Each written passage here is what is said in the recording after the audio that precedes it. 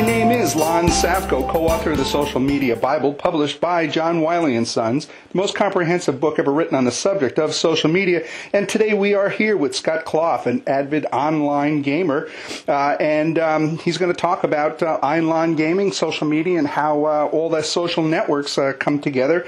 So Scott, I'm glad to have you here. Hi. Hi, glad to be here. Yeah, this is going to be cool. Online gaming, what a phenomenon. And I got to say that I've been following it, and people get really into it, and I didn't understand how much fun it was until I did the research for the book and actually got involved in a kind of a car race demolition derby game called Flat Out 2 about 2 weeks ago. And being able to play online and compete and work with people from around the world, from all over the entire globe at any given time of the day, I'm absolutely fascinated by this subject now. So can you tell the listeners a little bit about who you are and how, what your background is? Yeah, sure. I was playing tabletop role-playing games since probably, the early 1980s. I started with games like Dungeons and Dragons, and honestly, as a teenager, I was probably spending almost all my free time doing so.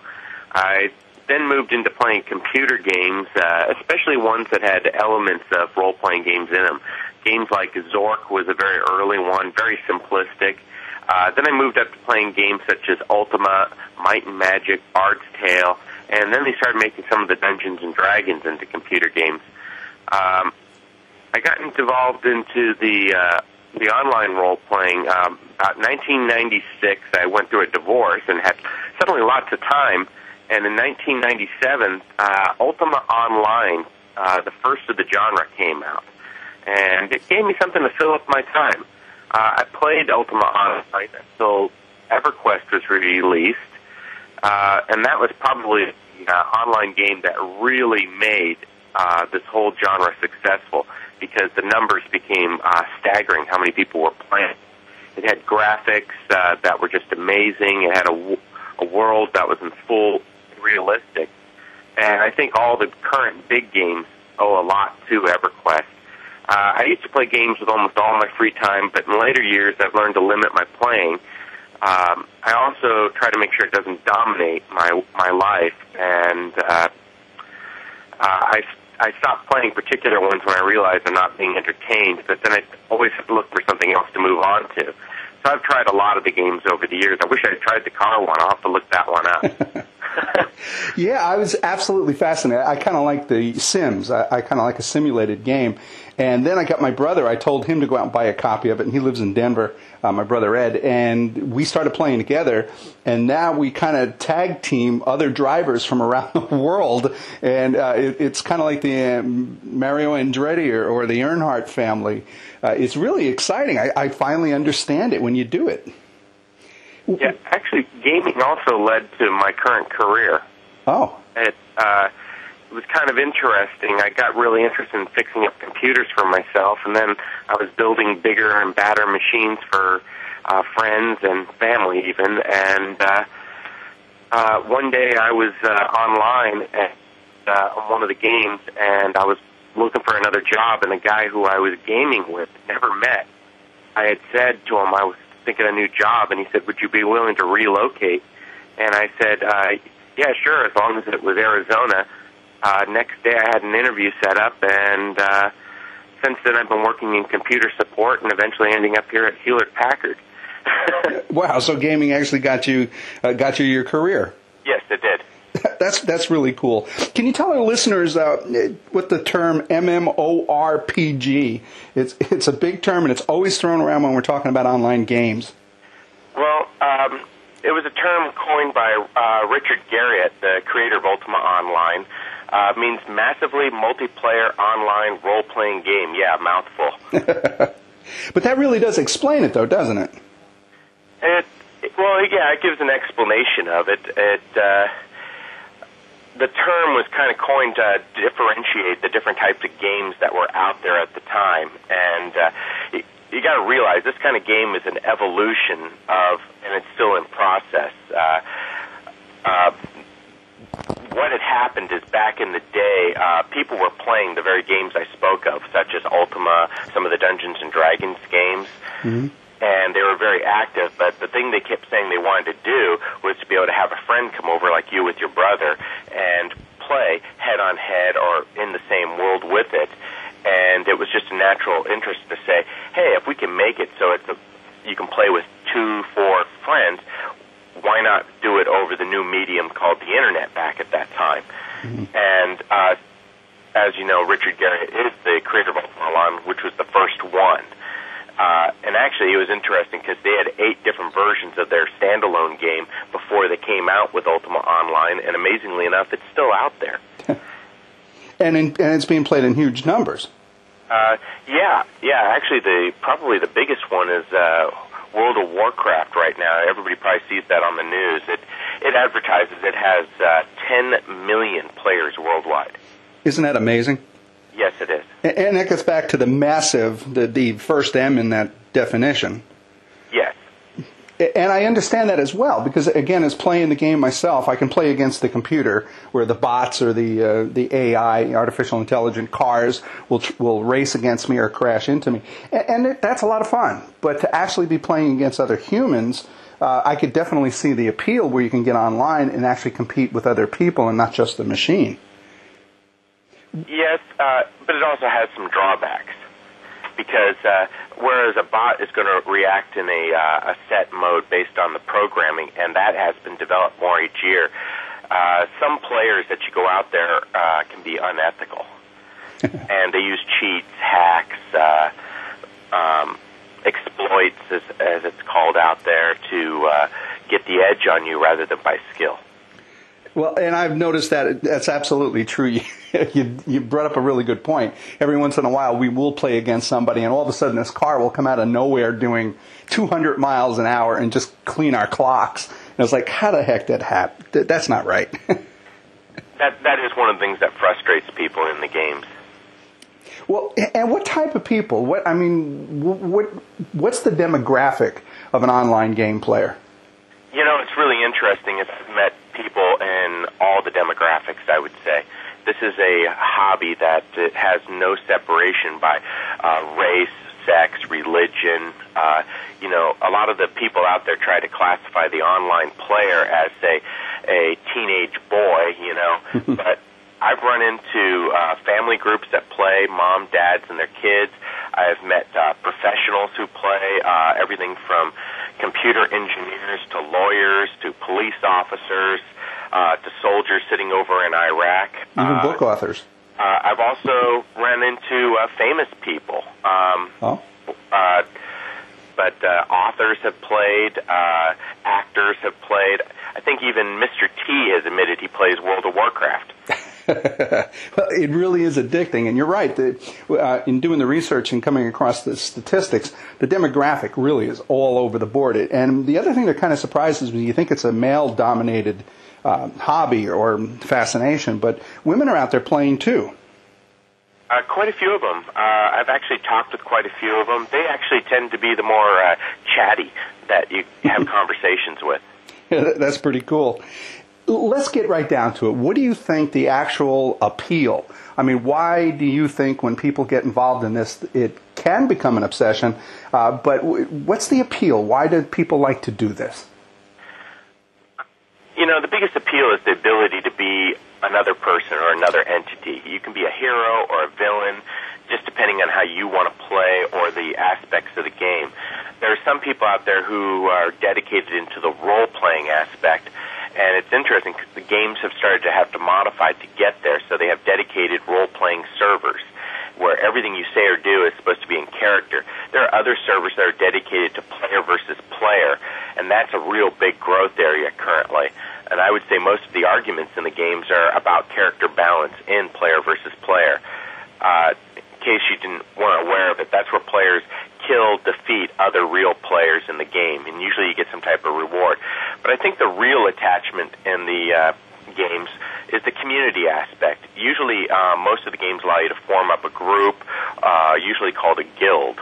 And the guilds, you get to display your name over the name of your character. You get to solve harder quests, kill the toughest monsters while working with people. And they do things such as raids where they get like 50 people plus to go after a single creature. And while you're doing this, you chat and you develop friendships. I've even known people to get married and divorced as a result from playing this game. Is that right, really? Yes. That's amazing. That's amazing. Jeez. So, yes. I have to totally agree with you, and that's why I thought that online gaming, really should be part of social media. A lot of people don't quite see it initially as being part of social media, but it is a form of media that really builds a social, trusted network. Do you agree? Oh, definitely. And, the games appeal to both the casual gamer and the hardcore gamer, which is really nice. Some people just like to go in and play for a short little while, and other people basically spend every free moment they have on it. Well, there is a certain kind. I think there is some endorphin or some type of adrenaline. I mean, whatever the feel-good chemicals are, they're definitely released during the game because it is fun. And I think the collaboration, as you mentioned, I think is a huge part of it, where you can actually team up, form a strategy, and then feel that endorphin of success. Oh, absolutely. There's a lot of thrill that, if after 8 hours of playing, say, on a Saturday, killing the toughest monster in the game that nobody has ever killed, Yeah, there's a satisfaction to that. Why do you think businesses, small business, medium business, Fortune 500s, do you think because of the huge, massive amount of numbers that are involved, do you think that there's any reason that we ought to be watching this in terms of maybe understanding how there could be some possible revenue or community building in this genre? Oh, absolutely. It's something to watch because it's a new and developing technology, and games such as World of Warcraft have shown the worldwide appeal of such games. But, it's not just the games itself that are being sold. There's now a thriving industry on the items that are in the game, virtual items. There's a third-party market on game guides. There's help websites.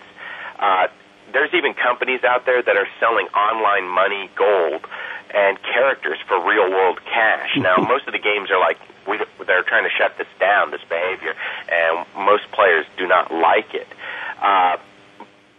And also, some of the games are based on the current entertainment industry. There's a Matrix game, Pirates of the Caribbean, Star Wars, and there's even a Star Trek game in pre-production right now. Wow.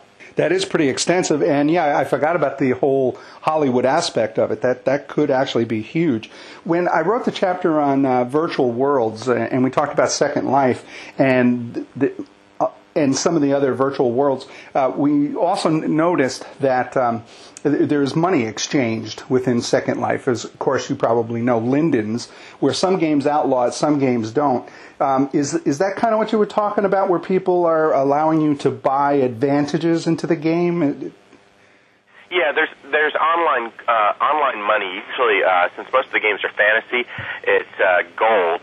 But there's also items in the game that people desire.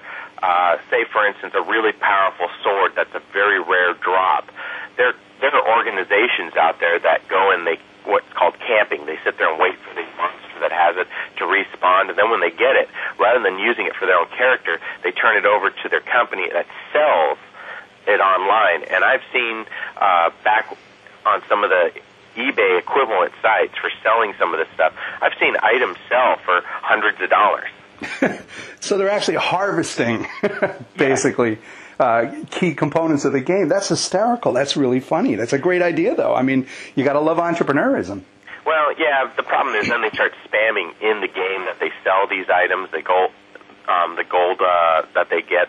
And in some of the areas, some of the companies, they have characters running 24 hours just farming, where you're just killing things again and again and again to get the gold, and it actually makes the area unusable by the regular players. So complaints get raised up. And also there's a feeling when you have a guy who comes in who say he's a level 70 because he bought an account already up there.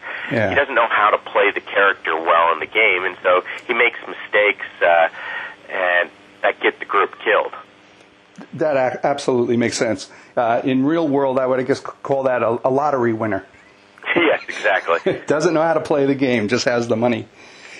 How about, what do you feel about online advertising, in-game advertising? about it is it matters how it's done. I agree there needs to be advertising. There's a lot of opportunity to advertise in the games, especially when you cross into area zones.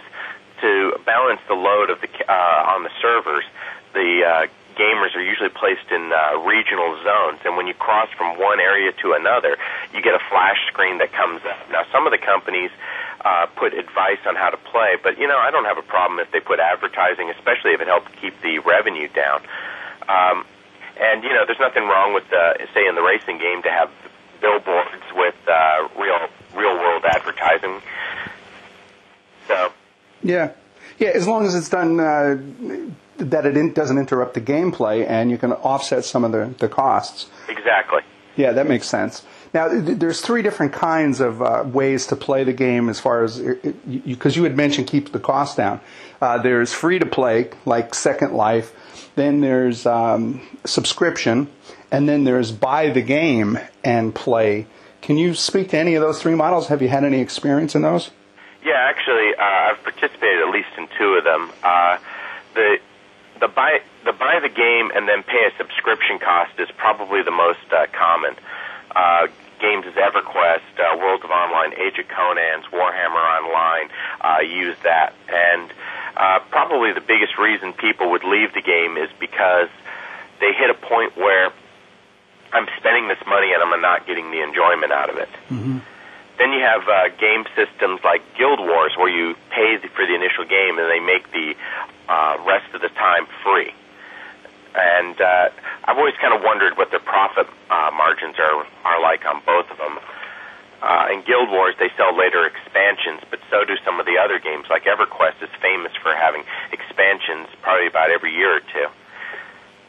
That makes sense. Yeah, with the Flat Out 2, basically you buy the games $39.95, and then to play with other players online, you go through something called GameSpy, and it's completely free, which I thought was a kind of a pretty cool service that they're going to provide that for free.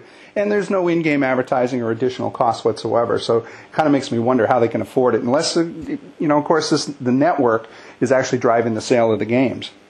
Well, in GameSpy, when you load up GameSpy, you'll see some advertising in it. Yeah, that's true. I didn't even notice it, but yeah, that's absolutely true. So GameSpy is a company that provides that type of service for other games as well? Yes. If you were to go to GameSpy's website, you would see that they provide the service for quite a number of games. Oh, I wasn't aware of that. Well, okay, that's pretty cool. What else in this gigantic genre of online gaming? What else would you think we should talk about? Well, I guess I should talk about first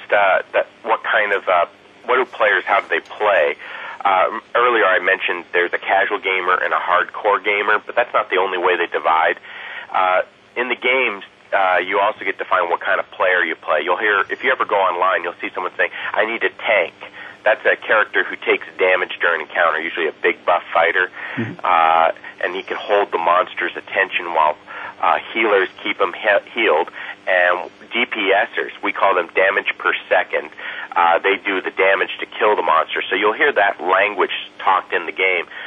Then there's people, how they act. I think earlier I mentioned we have griefers that go out and try to hurt other players using exploits and such. Mm-hmm. But we also have max minners. Those are people who play the game solely on statistics. And they can be frustrating to talk to because they'll say something, why are you playing that class with an elf? If you played it as this, you would... Then there's the role players I talked about, and then there's the elite people. Those are young gamers who use elite speak, if you haven't covered that with anyone else yet. That's where they say, you are using just the letters, and it annoys a lot of us older people. What else to talk about? You asked about some of the history, like with the downsides, because I've seen divorces. Mm-hmm. I've had online friends who've told me they've lost their jobs, and sometimes friends, family, over how much time they're spending in the game. There is occasionally a news report out there with people who get hurt or go to the hospital because they spend too much time in the game, but I should say that with a game like Warhammer with 10 million people worldwide and you hear one report, that's an exception, not the rule. Yeah. The good news is, though, game companies are aware that people are becoming addicted to these kind of games. And several of the games have warnings that will appear as you log in saying, hey, you need to get up and spend some time around. And what's even better is some of the games you can actually set a timer that says after you've been in the game for a couple hours, it'll come up and say, hey, you need to take a break. It kind of reminds you like your wife. Exactly. I'd say, but let's talk about what's really the downside and then talk what I think is where the upside will go. The biggest downside to these games is that most of the games are simply kill something to advance, find something to make yourself stronger, and your quests are you're going out looking for something and coming back. There's very little real role-playing that gets involved on that because it's a computer. You know, all the quests are given out by the server itself. So it has to be command-orientated. Whereas if you're playing a tabletop game, you have a player who can change the environment depending on what you're doing. So for a lot of the games, they're very repetitive, especially when you get to the high end, when you're near the end of the game, you can't level anymore. It becomes, well, what am I going to do now? I've kind of done all of this. Yeah. And I think that's the biggest problem that the game companies have had, is keeping people. Right now, World of Warcraft just released a new expansion, and they've reported a flood of players have come back to the game.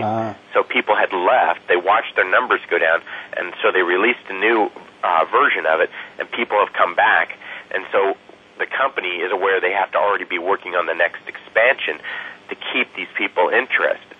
But the other problem you have is, what do you do when someone harasses you in the game? You talked about the guy who appears in a car that goes 200-plus miles and zooms by and say he wins the event. You know, well, he just took away from you. Yeah. What about people who get you killed, who use cheat and hacks to make your gaming experience poor? So you're out there trying to kill a super monster, and the guy appears and pulls more monsters on you, more than you can handle. Now you're dead, what we call a wipe, where everybody is killed, and you have to start all over. Well, in the real world, if you acted in such a manner, you could get law enforcement involved, you could talk to a child's parents.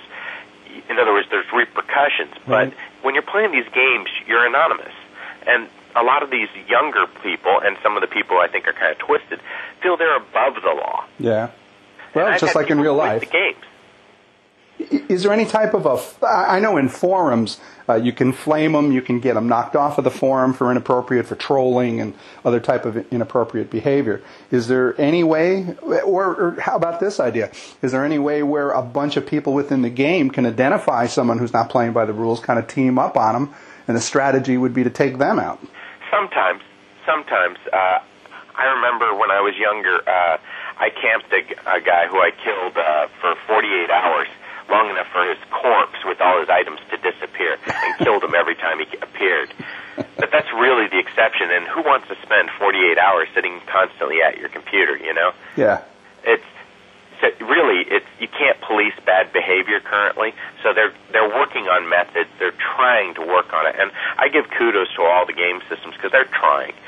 Good. But what will be coming next? Well, I was just talking with some other gamers just the other day, and we were discussing how with now 64-bit operating systems and computers out there, broadband, eventually we figure that the games are going to have a more virtual feel.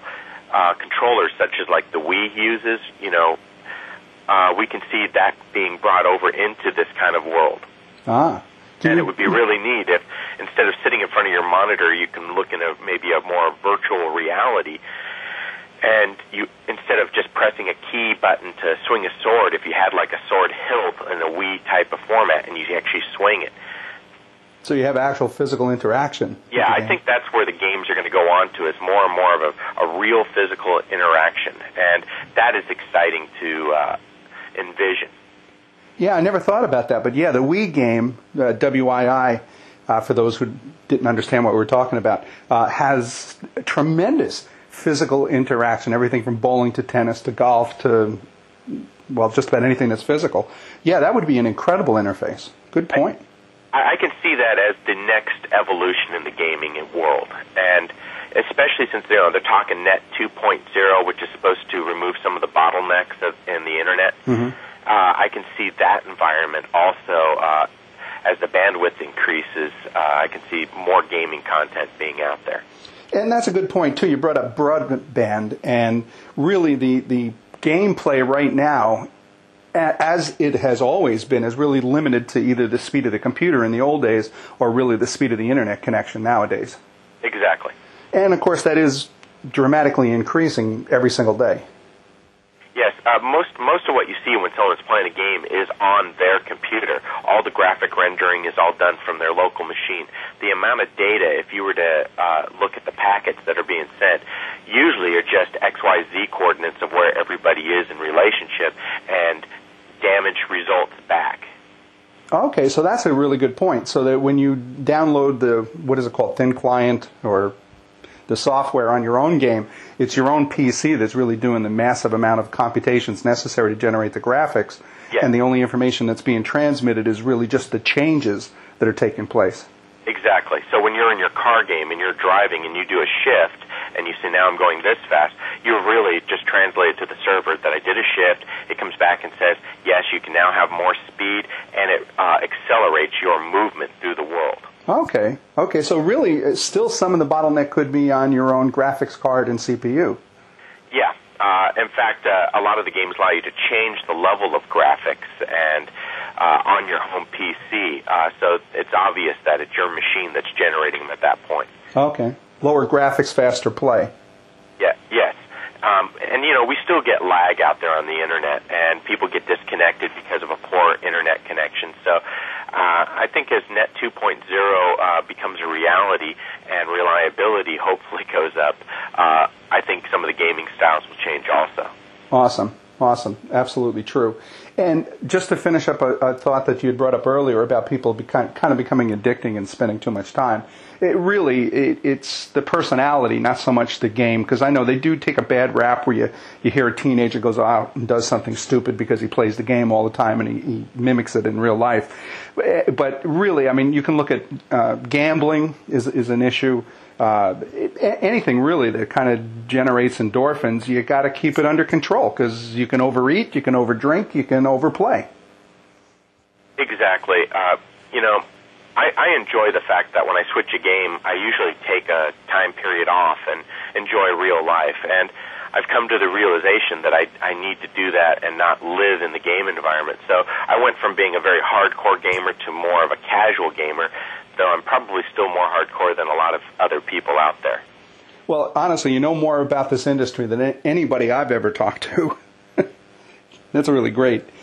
If a business wanted to kind of study this, or an individual wanted to kind of study this, is there any websites out there that talks about MMORPGs or about online gaming? Is there any place that you can kind of go on the internet to find out more information on this?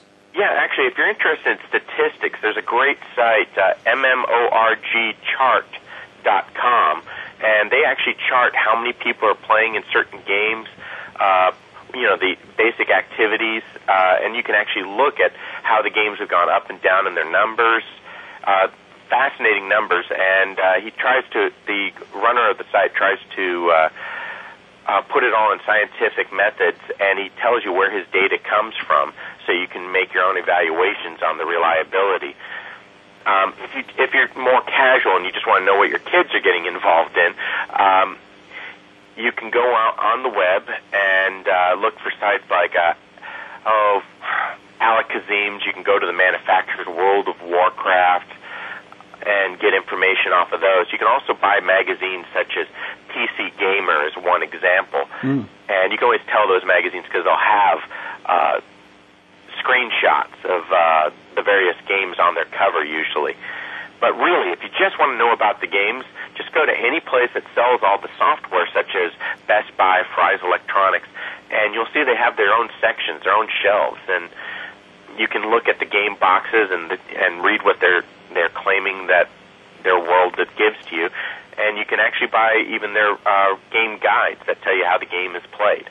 Ah, okay. Are the online games rated like some of the Xbox games? Rated in appropriateness? Yeah. Yes, some of them are. Oh, okay. Age of Conan, for example, is one that's not recommended for younger children because they wanted to stay true to the artwork and the world of Conan. So scantily clad women, super buff guys. So it's just the graphics alone are not recommended for pre-teens. Okay. And that was another good point that you brought up about the manufacturers having their own sites as well, where you can just type in World of Warcraft and it'll immediately take you to the manufacturer's site as well as some of the forums and other popular sites. Exactly. I recommend that anyone who wants to get into the gaming first make sure your computer is up there enough and make sure that you can afford to spend the time and money. But also go to the websites of the companies that you're thinking of doing it and just troll the forums. Just go through them and read what people are saying about the game before you make this investment. Really good advice. I really appreciate that. Anything else you'd like to add?